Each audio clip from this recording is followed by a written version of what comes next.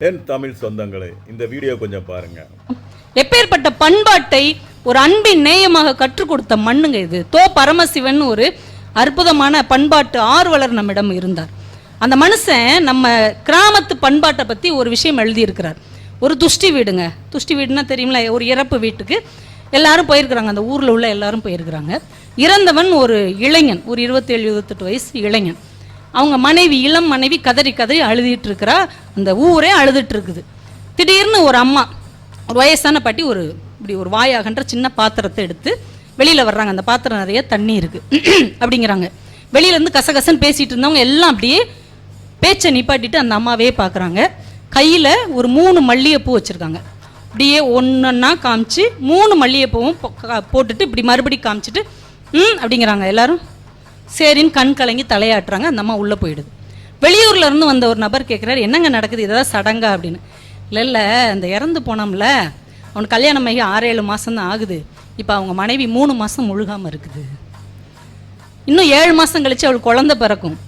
அவளுக்கு தான் புருஷனே இல்லையே, புள்ளை எப்படி வந்துச்சுன்னு எவனும் நாக்கு மேலே பல்ல போட்டு கேட்டுறக்கூடாது.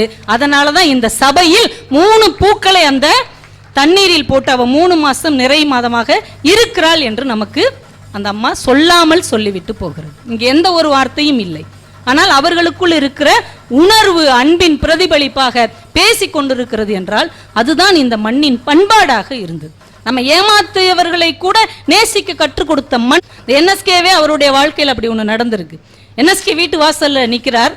கேட்டை தள்ளிட்டு ஒரு கர்ப்பிணி பெண் உள்ள வர்றாங்க. ஐயா, சாப்பாட்டுக்கே வழி இல்லை. படக்குன்னு ஜிப்பாக்குள்ள கை விட்டு இருக்கிற காசெல்லாம் அள்ளி கொடுத்துட்டார். ரொம்ப நன்றி அப்படின்னு அது கிளம்பிருச்சு. தூரத்துல இருந்து இதை மதுரம் பார்த்துக்கிட்டே இருந்தாங்க. அவங்க சொன்னாங்க, ஏங்க உங்களுக்கு ஏதாவது கூறு இருக்கா? இங்க இருந்து பார்க்கும் போதே தெரியுது அவள் வயிற்றுல தலையணையை கட்டிட்டு வந்திருக்கான்னு. லூசு மாதிரி அவகிட்ட இருக்க காசெல்லாம் கொடுக்குறீங்களே, உங்களுக்கு ஏதாவது இருக்கா? அவர் சிரிச்சுக்கிட்டே சொல்லியிருக்கா, அங்கேருந்து பார்த்தா உனக்கே தெரியுதுன்னா பக்கத்துல இருந்து பார்த்தா எனக்கு தெரியாதா? பிறகு ஏங்க கொடுத்தீங்க? ஏய், என்ன நீ, நாம நடிக்கிறோம், இந்த மக்கள்லாம் நம்மளை பாராட்டி பரிசு கொடுக்குறாங்க, பணம் கொடுக்குறாங்க. எங்கிட்டே அவள் வந்து நடிக்கிறாடி, அவளை நான் பாராட்ட வேண்டாமா, அவளுக்கு நான் பரிசு கொடுக்க வேண்டாமா அப்படின்னு சொல்லியிருக்காரு. அவள் ஏதோ வயிற்று பசியில் வறுமை பாட்டில் தானே வந்து இப்படிலாம் போய் சொல்லி பணம் வாங்குறா. இந்த பணத்தை வச்சு அவனை மாடி வீடா கட்ட போறா, சாப்பிடுவா, இல்லை பிள்ளைகளுக்கு ஏதாவது வாங்கி கொடுப்பா, அவ்வளோதானே, போயிட்டு போகுது விடு. அப்போ ஒருத்தர் நம்ம ஏமாந்துட்டோம் அப்படின்ற ஆக்ரோஷம் இல்லாமல் அவன் ஏமாத்தினவங்க கூட நல்லா இருக்கணும், சந்தோஷமா இருக்கணும், மகிழ்ச்சியாக இருக்க வேண்டும் என்று நினைத்த மனிதர்களால் நிரம்பிய நாடு நம்முடைய இந்திய நாடு. அப்படிப்பட்ட பண்பாடு நம்முடைய தமிழ் பண்பாடாக இருக்கு.